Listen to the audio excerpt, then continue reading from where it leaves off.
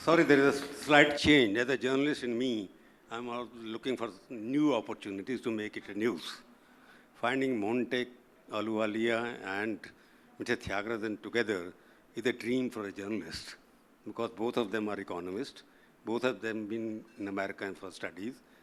And he has handled finance for almost 10 years during Manmohan Singh government and in Delhi during M.K. Stalin. Both think alike in terms of economics. I don't in terms of politics they do together, I don't know. His politics and his politics may be different.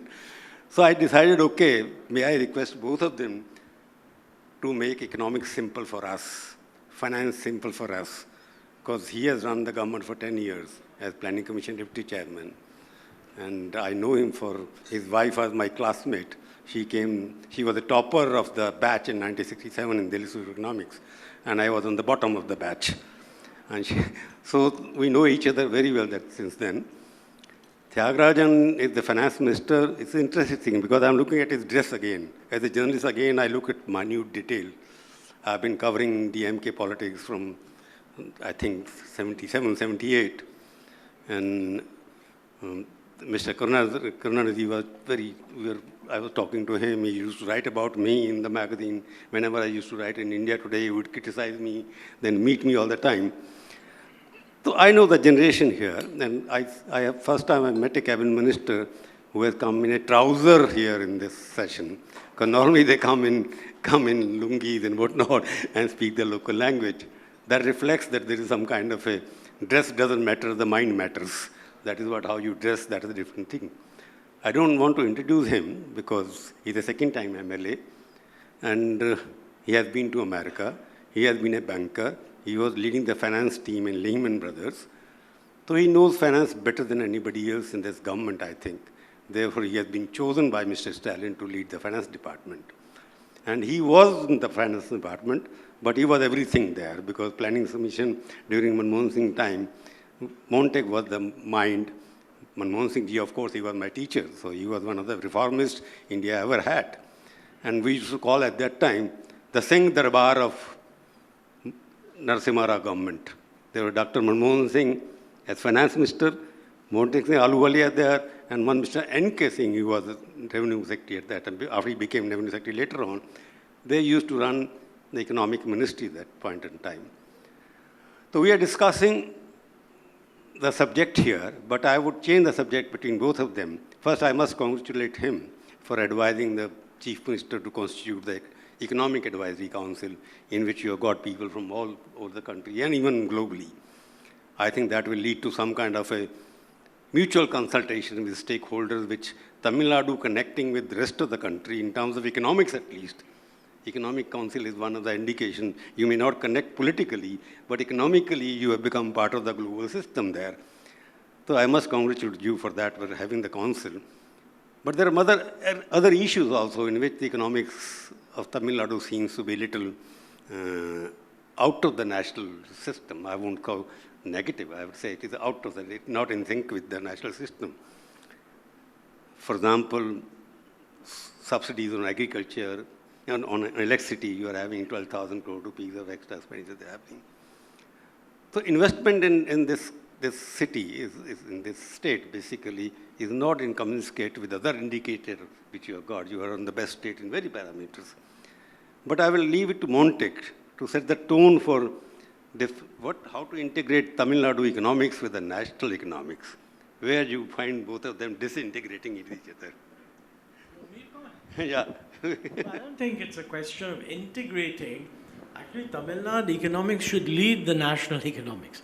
You know, when I was in the Planning Commission, I always felt that the most difficult task, and I don't think I did a good job of it, is how do you deal with states which are with the range of variation that we have.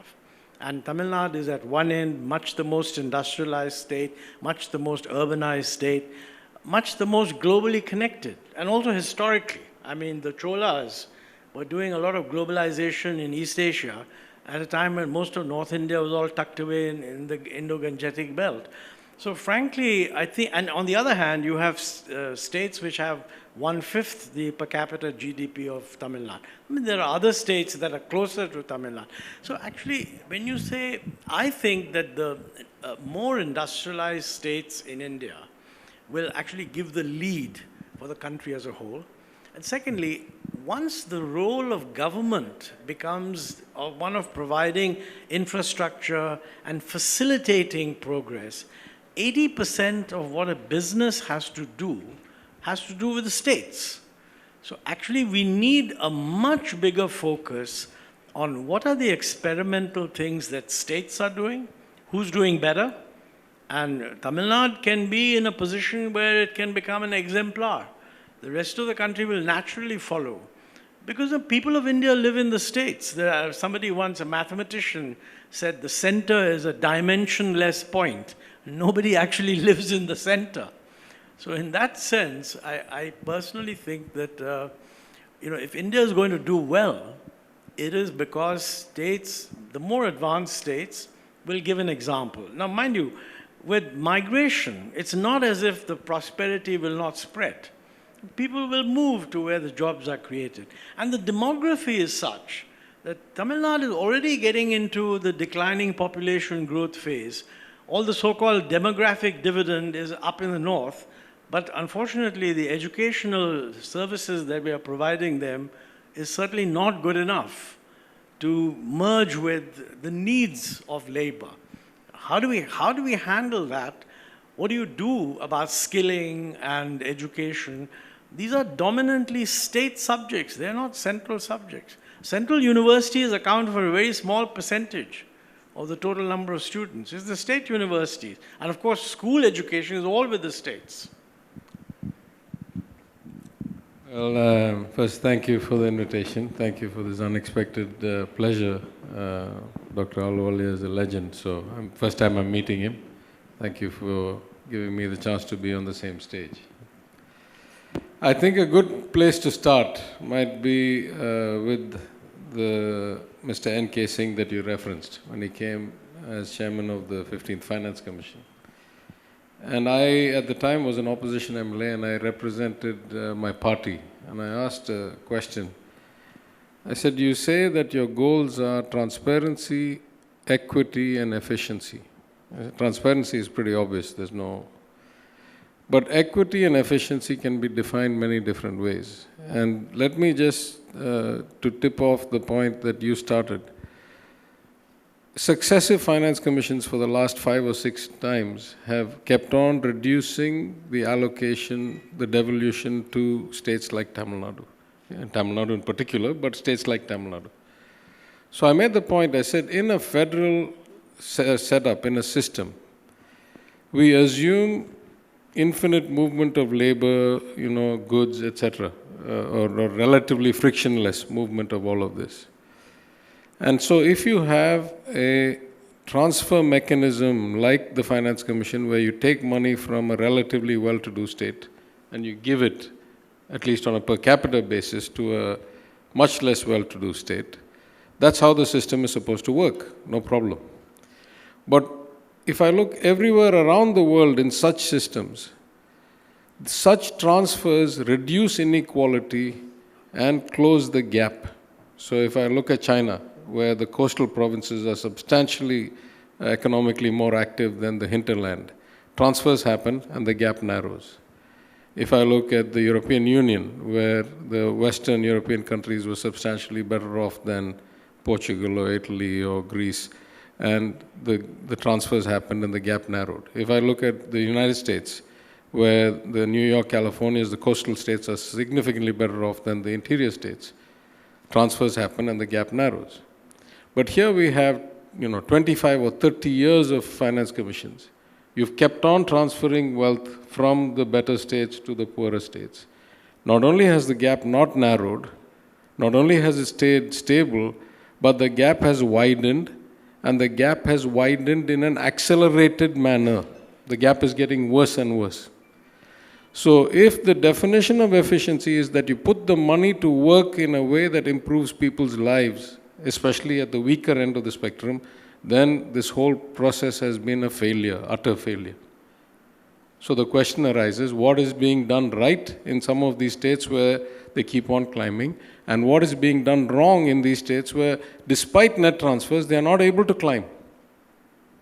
And so I said, many of these variables that you use to do the allocation, the gap and the population and the green cover and this and that, those are not means to an end. If the end is economic development, then you're not using interim measures that really make a difference. I would suggest the extent to which women are empowered, the percentage of girls that are in school, the extent of equality in employment opportunity, all these drive down fertility rates, they drive up social kind of inclusion, they drive up growth, they drive up harmonious societies.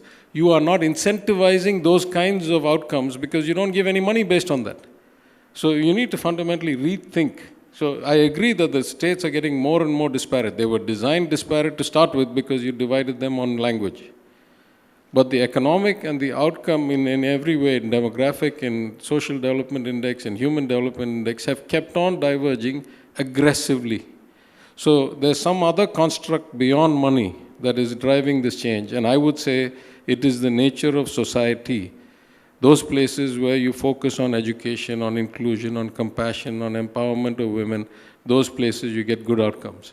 And those places that those are not the priorities, no matter how much net transfers you do of money, you're not getting the right outcomes. At least that's the theory that I proposed to Mr. Singh.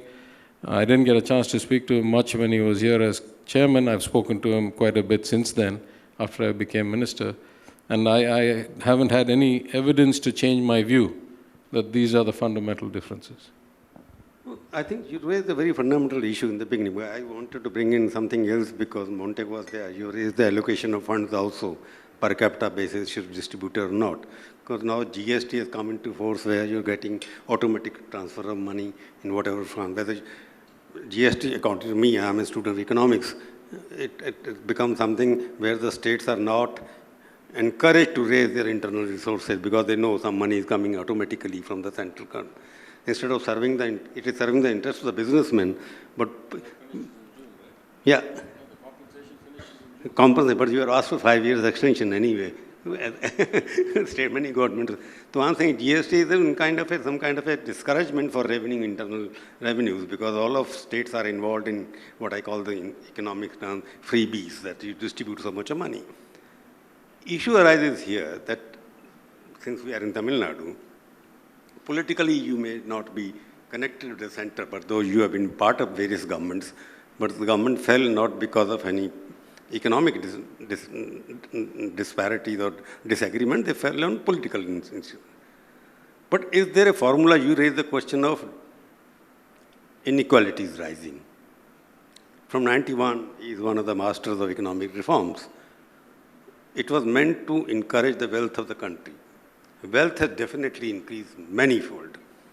If wealth creation or valuation of the market was any concern, it has done its job very successfully. But what is destroyed is that you have pointed out, inequalities of income. Even during the last 5 years, if you look at the figures, top 3% have got about 67% of the wealth creation, new. So what is fundamentally wrong in the system? Ahluwalia Sahab, you started the system. Did you anticipate that what you started, it is some kind of a genie, which is creating social disparities, economic disparities, and people are depending more and more in giving freebies, 6,000 rupees to the farmer, free this, free that, free that. So you are led to a situation where productivity or actual growth is not a criteria. Economic growth is only meant for the economic stock markets. Richer are becoming rich and poorer are becoming poorer. Well, no, I think, Prabhu, as usual, I think you've picked on one of the most important issues that is being discussed around the world. So I'll make a few disconnected remarks. First, you know, the intensity of feeling about inequality is particularly high in the wake of the pandemic, because there's no doubt whatsoever that the pandemic hit us badly. It's a separate issue whether we could have managed it better or not, but all countries were hit, we were also hit. And all countries have found that the poor were hit much more. And as a result, inequality has increased. But you know, to the extent to which this is the result of a short-term hit, the recovery will take care of a lot of it. So my first request to the political leadership and others also, don't invent political solutions for the medium term based on a short-term problem. The most important short-term thing is to get the economy back on track, get the jobs back, and look after the small-scale sector, which has been very, very badly hit. Even give them a little bit more of a benefit, perhaps, than is actually deserved. Once the economy is back to normal, then we'll think about these longer-term issues. Now, on the longer term, you know, very often when you open up opportunities, the people who initially benefit are the ones who are a little bit better positioned. I remember, in fact, it was in 1990 or something, I had come to Chennai, and I had written a paper on does economic reform increase inequality among states? And somebody asked me a question from the audience that, you know, of course, economic reform will be good for Tamil Nadu, but won't it hurt the backward states? And I was about to give a balanced answer when Mr. Murusali Maran, who was present, he got up and he said, there are no backward states in India, there are only mismanaged states. So this is the real issue that, are you saying because I'm backward, I need some help? I think nobody would dispute that. But the implications of what Finance Minister said earlier, that you cannot continually cover this if you're mismanaging the resources you've got. And that question also needs to be addressed. Frankly, there's no easy way of solving that problem. But you know, the most important thing is that in a federal system, it's logical for a state to constantly say to the central government, you're not being fair to the states. And by the way, I mean, you know, it's a zero-sum game. I mean, whatever the central government does for the states, it takes money away from it. But that's fair enough. I think the important question is that within states, many states, both at the richer end and at the lower end, have a lot of things that they can do. Now, for example, if I were thinking of an incentivization scheme, like the most important thing would be property tax reform. Now, you know, India's property tax as a percent of GDP or something is about 1/10 of what it should be. I mean, that's the order of magnitude. Now, everybody believes we are going to become urban. Everybody says we must have urban services, but nobody's prepared to pay property tax. You can exempt homes of less than 100 square foot, 200 square foot, but let's have a decent property tax system. Now, if a state were to truly modernize its property tax system, that would be terrific. The second very important thing is what you can do for the electricity distribution and the losses generated there. It's a politically an explosive situation. And when I was in the Planning Commission, I used to keep telling my own home state, which has maybe the worst record on this, that these policies that you're following are not environmentally good. And, you know, privately, the chief minister would say, look, I agree with you, but this is politically impossible. Now, I don't think the center can do it, but somewhere something has to be done. The third and the final thing is education. You know, the quality of education, what we are seeing in India, I think is this famous Asser result, that 50% of the kids in grade 5 cannot read what a grade 2 kid should be able to read. And states vary, some states do better than others, but this is bad across the board. I think, by the way, we should look at how states are improving, each state, and define a metric so that we can tell, yes, this state has really made progress. And this is all in the realm of the state governments. It's not in the realm of the center. Thank you. I want to bring back focus to the education. That is what I ask him, because what is happening, you look at the budget allocation to education, all of the states, from the center to the states. I don't know whether states are copying the center or center is copying the states. I don't know it. But the budget remains below 2%, 3% in all the states. And quality of education, of course, is bad. But quality of higher education is improving in India, but is becoming costlier and costlier. So do I conclude that we are heading for an elitist education system where we are willing to spend 500 crore rupees for a IIT, but not 500 crore rupees extra for 500 schools. Is that good financing? No, I think clearly that's not, right? And I think it was this very event last year where I was on a panel where we had this discussion. And I said, if these institutions are funded by private money, the market will regulate it. But if they're funded by state money, then of course we have to ask the question, what is the price we pay for a niche kind of excellence group at the cost of others maybe? But I want to go back to a couple of the points you raised earlier. First, I must give a disclaimer. I'm an engineer, operations research, psychology, finance. I'm not an economist, so nobody should get the wrong idea. Second, I think all growth inherently tends to increase inequality, whether that's because of globalization, whether that's because of innovation, whether that's because of integration like internet integration, even whether it is an exacerbation, as Dr. Ahluwalia said, through a crisis. Almost every event inherently tends to disrupt what we would like to think the role of democracy is. You know, in the Karl Marx view of the world, capitalism would collapse on itself because the returns to capital would keep on increasing and the returns to labor would keep on decreasing. And at some point, the workers of the world would just unite, rebel. There'd be blood on the streets revolution, and then common property would be the only way forward. I mean, very simply put.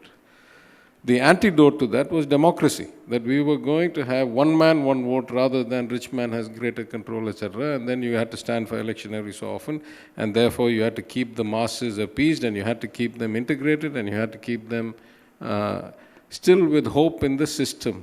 So that's what democracy is supposed to do. Unfortunately, the failings of democracy are becoming more and more evident, just like the failings of the market are becoming more and more evident, just like monopolists and cartels and oligopolists can corner the markets. Once you have enough money and enough kind of access, you can actually control democracy, it seems, in many parts of the world. So that leads to this problem of increasing inequality. But definitely, at least statistically, it's very clear that after the reforms, the relative performance of states, the gap started accelerating because there is greater activity to partake in. The reforms opened up the system. They created opportunity. Clearly, those that were capable of seizing the opportunity, like Tamil Nadu, which had a very strong education base going back to the 1920s, compulsory education in the Justice Party government of 1920s, plus coastline, plus access, plus language, the Anna policy of two language, so almost everybody was somewhat literate in English, and therefore that was global value. So the reforms certainly helped accelerate. But I go back to the point, I think it's not about backward states. I agree completely with my former leader, the late Mr. Maran, that it's about mismanaged states. Everybody has human potential equally. It's the kind of values that the government focuses on, the philosophy, the approach, and whether it is an inclusive and universal approach, and that really makes the difference.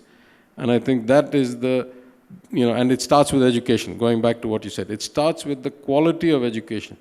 I'll also mention in passing this notion that freebies are the answer to every problem or that they are the root of every problem. Both are misguided.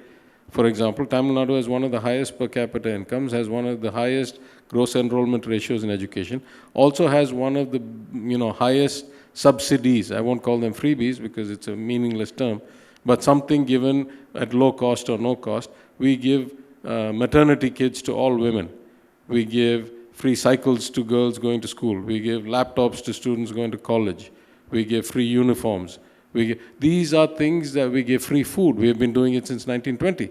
These are investments in our future. We don't consider them as just random freebies, right?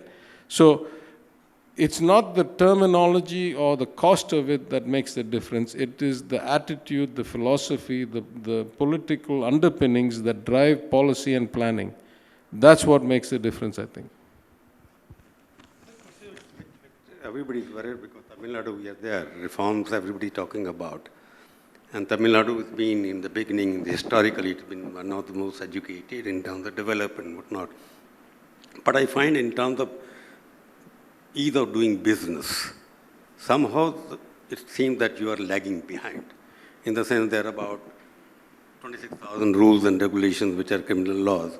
I'm told Tamil Nadu tops in there where the businessmen can be sent to jail on 1,000 counts. There are processes there, 1,000 laws that they have to be, they can be arrested, sent to jail, and you are much higher in that. Why that is? Because reforms is not happening. Why those legislations are not being dropped and restudied and whatnot? Yeah, listen, I have not done a comparative study. I've only ever lived briefly in Bombay, Mumbai, and the rest of my time in India, in Tamil Nadu. So I don't know what the relative ease is in different states. On an absolute basis, we are very clear that there's a lot of red tape, unnecessary red tape, a lot of greater ease of doing business required. I'm not so concerned about the laws about people going to jail and all that, because I can't think of any instances. If you have many cases of actual businessmen being jailed, you tell me. But the law, just because the law is on the books doesn't mean it gets actually applied. That's a different story. But we are 100% clear.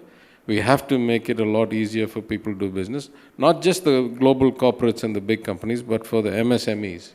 So we have a task force that has been set up just for that after we came to power. You are making it a 1 trillion economy as the chief response. Yeah, you can't have a criminal law then 1 trillion economy. I completely agree. So again, it's not just because we're going to 1 trillion. We have a philosophy that the government should not be onerous, should not be red tapist, that it should be easy to do business, and we are on that path.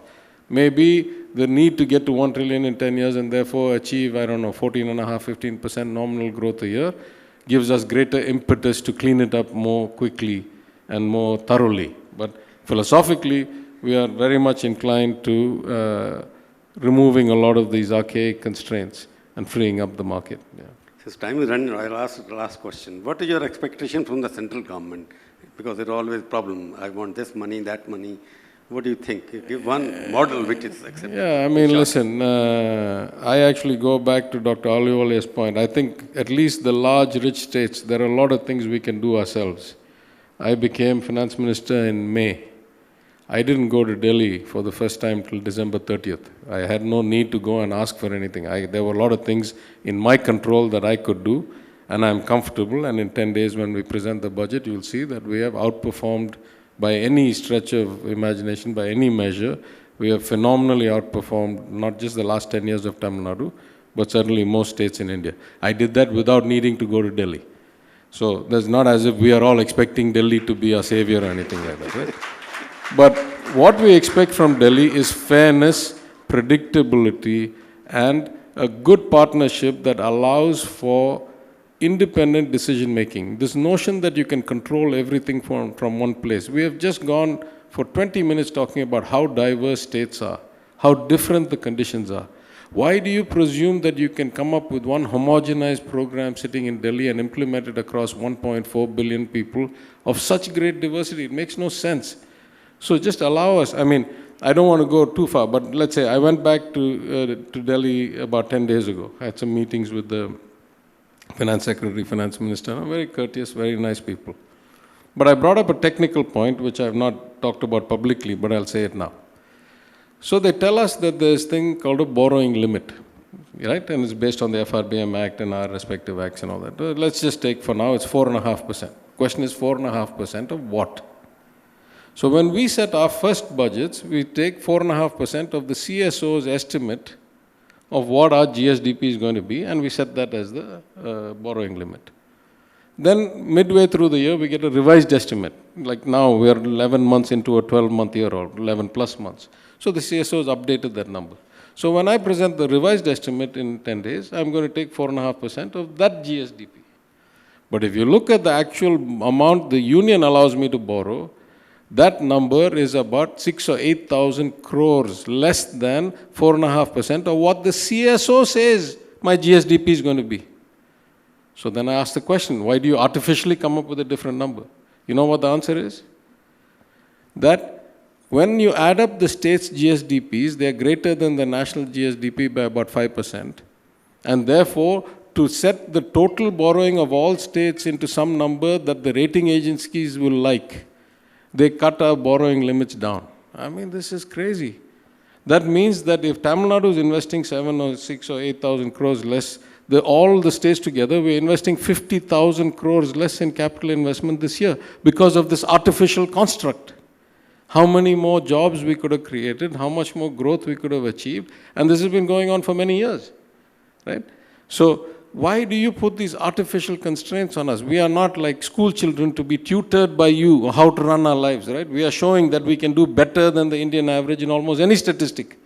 Let us run our lives, we'll show you good results. If anything, let others emulate what we can teach them, and we'll learn from others who do better than us, right? There doesn't have to be one kind of universal hand, right, on this.